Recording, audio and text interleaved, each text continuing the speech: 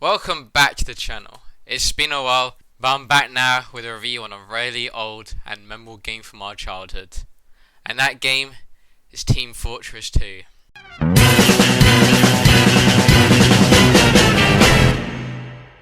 Now the game has been around for a while, and when I mean a while, I mean since 2007. I mean that it's coming up to its 18th year since being released, which is old, crazy old.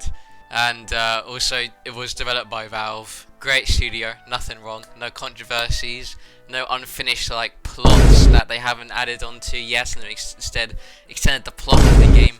Nothing like that. Crazy. Anyway, Valve would go on to make more games after the release of Team Fortress 2. Left 4 Dead, Portal 2. Fatty, adopted fatty, no parents. And of course, who can't forget Half-Life Alyx. And any final words to your fans? You'll never get Half-Life 3. I will be talking about some things in this review, such as the economy, for instance, like the marketplace, the hat economy and all that. Talk about the community. I would be talking about the different classes, like some of the little lore and shit. And of course, giving my review at the end of the game, which will indeed be biased. Now, with the release of TF2, there came an economy. The two most prominent items, this being metal and keys. Now, in metal, you can get some items like hats and some crafting, whatever. But keys are the major thing, as they can let you open crates to get cool cosmetic items for your classes. And there have been a lot of crates throughout the years with all these cosmetics.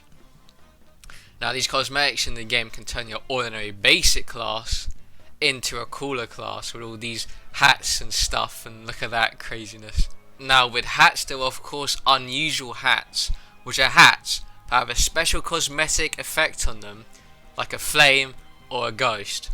Now, these can fetch a good price to community market, something around the range of 12 to maybe 200,000 quid.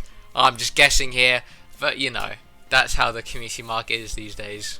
Now, in addition to this, now in 2015, with the gunmetal update, there was the release of weapon skins, which can also have unusual effects on them, which is pretty cool. But you know, there's the risk of this leads to a gambling pipeline, trying to get all the cool unusual items and such. But you know, like CS:GO gambling, but you know, more like underground.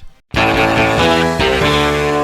community of TF2 can be a bit mixed, with their respective negatives and positive experiences. Now, there have indeed been some negative experiences, which I have seen for myself while playing to get some footage for this video. Oh, gold spastic. What? Man, bum-ass community, bro.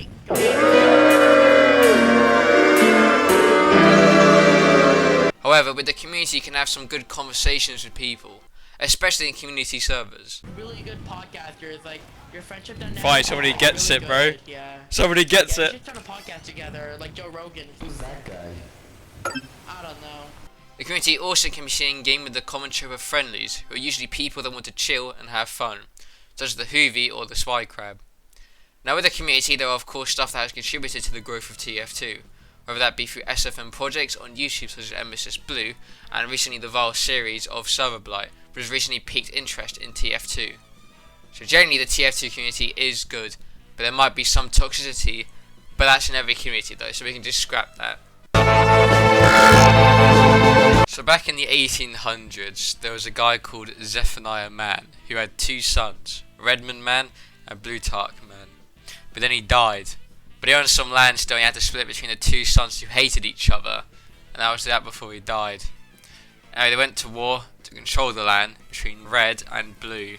Anyway, some Australian called Saxon Hale also took control of Man and Co. after the death. Now in 1968, there was the Gravel War, where the mercenaries battle out, you know, what the traditional TF2. In 1971, Greyman kills both brothers and starts the Robot War, which sends robots to kill the mercenaries to take control of the land. Anyway, Greyman also takes control of Man Co. He gets the Team Fortress Classic team together, but they betray him because they won the Australian, and then they kill him. Now with the release of the infamous 7th comic, we know how the story of TF2 ends. The happy ending where everyone is good, it's all sunshine and rainbows. Listen, if you want the full lore, this ain't the right video, okay? This was just a small breakdown with 5 seconds of research. Just find a different video with lore. I'm sure there's plenty of them on YouTube. Just look up TF2 lore, bro. Anyway, that's that. Now, the gameplay of the game is very good, but the controls being simple and stuff. Like, concerning difficulty, I would say there is some sort of difficulty, especially if you're going against bots or just professional players. Now, the variety of gameplay is good, with different classes of characters with each unique character traits and weapons, such as the shoulder class only being able to use the rocket launcher, and the heavy being able to use the minigun. Now, there's a sort of progression system in this game, with a leveling up system that you can click the logo to get a cool effect.